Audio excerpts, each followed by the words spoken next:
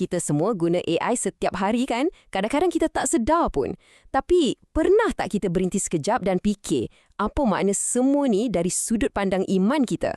Sebab teknologi ni, ia bukan sekadar alat tau. Ia dah mula mencabar pemahaman kita tentang apa ertinya menjadi manusia. Jadi, jom kita kupas sama-sama persoalan ni dari perspektif Islam. Dan inilah soalan yang paling penting. Fikirkan sejenak, macam mana kalau lonjakan AI yang seterusnya ni betul-betul mencabar makna menjadi manusia dari sudut pandang Islam. Ini bukan lagi cerita science fiction ya. Bila mesin dah mula boleh mencipta, boleh berfikir, secara tak langsung kita terpaksa tengok diri sendiri dan tanya, jadi apa yang buat kita ni istimewa? Apa sebenarnya definisi manusia sekarang ni?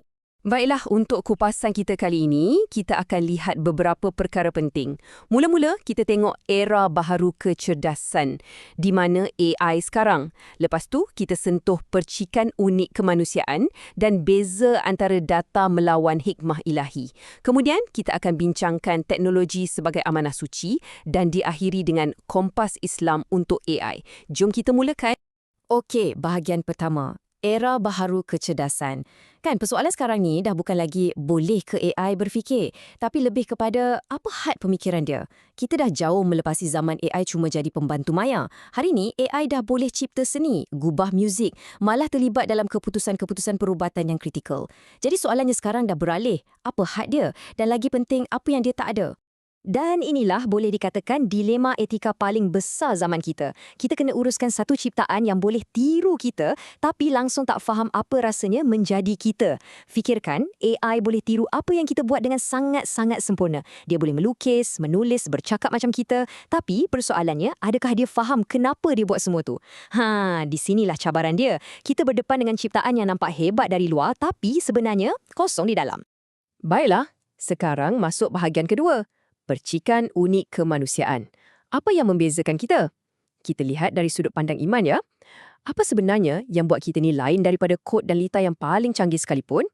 Jawapannya, dalam Islam, sangat jelas. Semuanya kembali kepada detik pertama penciptaan kita. Ayat inilah kuncinya. Kemudian dia menyempurnakan dan meniupkan ke dalamnya roh ciptaannya. Jadi apa yang menjadikan kita ni manusia bukan sekadar badan atau otak kita yang kompleks tu, tapi ia adalah roh yang ditiupkan oleh Tuhan sendiri. Dan inilah anugerah ilahi yang sekali lagi tak akan pernah boleh dimiliki oleh mana-mana kod atau algoritma. Jadi, nampak tak perbezaan yang sangat-sangat asas di sini? Kalau kita tengok, di satu pihak, kita sebagai manusia, kita ada roh atau jiwa. Inilah yang bagi kita kesedaran sebenar. Akal kita pula atau akal bukan setakat proses data. Ia dipandu oleh nilai. Di pihak lain pula, kita ada mesin. Mesin ni cuma jalankan kod. Analisis dia mungkin luar biasa hebat, tapi semuanya berlaku dalam satu vacuum. Hanya logik tanpa nilai.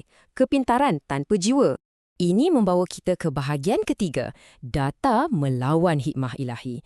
Dan ini satu lagi perbezaan yang sangat penting, iaitu beza antara tahu banyak benda dengan jadi bijaksana.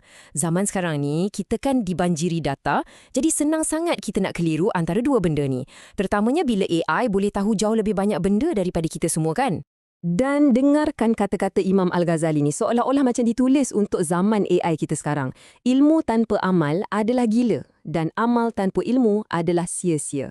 Dalam kan maksud dia, ini satu peringatan yang jelas yang maklumat semata-mata, data yang diproses oleh AI sebenarnya tak ada nilai pun kalau tak diiringi dengan tindakan yang beretika. Malah, lagi bahaya, pengetahuan yang luas tapi tak ada kompas moral boleh jadi sangat-sangat berbahaya. Cuba kita tengok perbezaan ni dengan lebih dekat. Memang jelas sangat kan? AI, dia memang pakar dalam ilmu. Dia boleh proses data, fakta, maklumat tanpa had. Tapi hikmah, ini cerita lain. Sumber hikmah bukan data, tapi wahyu dan tafakur, renungan yang mendalam. Ia perlukan jiwa untuk faham apa makna di sebalik semua maklumat tu. Dan inilah sempadan yang tak mungkin dapat dilintasi oleh mana-mana mesin pun. Baiklah, sekarang kita dah faham perbezaan asas tu. Jadi, persoalannya, macam mana kita nak berdepan dengan teknologi macam AI ni? Patutkah kita takut? Anggap ia sebagai ancaman? Perspektif Islam sebenarnya tawarkan satu cara pandang yang sangat menarik. Jangan lihat ia sebagai ancaman, tapi lihatlah ia sebagai satu amanah, satu tanggungjawab yang sangat besar. Ayat inilah yang sepatutnya jadi kompas kita. Kalau tujuan utama Nabi sallallahu alaihi wasallam diutuskan adalah sebagai rahmatan lil alamin, rahmat untuk seluruh alam, maka logiknya apa saja yang kita cipta, termasuklah AI, kenalah diukur dengan kayu ukur yang sama. Kita kena tanya diri sendiri, adakah teknologi ni membawa kebaikan kepada semua atau ia hanya menguntungkan segelintir pihak sahaja? Dan inilah akibatnya bila amanah tu kita abaikan. Kita akan berdepan dengan apa yang boleh kita panggil kezaliman digital. Kita akan nampak algoritma yang berat sebelah, yang mendiskriminasi. Kita akan nampak jurang data yang makin lama makin besar. Dan yang paling menakutkan, eksploitasi manusia oleh sistem yang tak ada jua. Sistem yang tak kenal erti belas kasihan langsung. Jadi, macam mana kita nak elak semua bahaya ni? Di sinilah cantiknya. Islam bukan setakat bagi amaran, tapi ia juga bagi kita kompas. Mari kita lihat satu kerangka etika yang sangat praktikal yang boleh kita guna untuk bangunkan AI yang lebih bertanggungjawab. Ada 3 prinsip teras yang sangat mudah untuk kita faham. Yang pertama, adl atau keadilan. Maksudnya, apa-apa sistem AI yang kita bina mestilah adil, tak boleh menindas sesiapa pun. Yang kedua, rahmah atau belas kasihan. Teknologi tu mesti bertujuan untuk jaga dan tingkatkan kualiti hidup, bukan untuk merosakkan. Dan akhir sekali, yang paling penting, amanah, tanggungjawab. Ini sebagai peringatan untuk kita, yang walau hebat macam mana pun ciptaan kita, tanggungjawab moral tu tetap di bahu kita sebagai penciptanya. Jadi, inilah dia mesej utamanya kan. Kemajuan yang sebenar tu bukan diukur pada betapa pintarnya mesin yang kita cipta. Tak, kemajuan sebenar diukur pada sejauh mana bijaksananya kita dalam menggunakan mesin tu. Fokus kita mesti beralih daripada obsesi untuk bina mesin yang lebih pintar kepada usaha untuk menjadi manusia yang lebih berhikmah dalam menguruskan ciptaan kita. Dan untuk menutup perbincangan kita, renungkanlah ayat yang indah ini. Ia seolah-olah membawa kita kembali ke titik permulaan, asal-usul kesedaran manusia itu sendiri. Peradaban kita bermula bila Allah ajarkan Adam nama-nama, ilmu.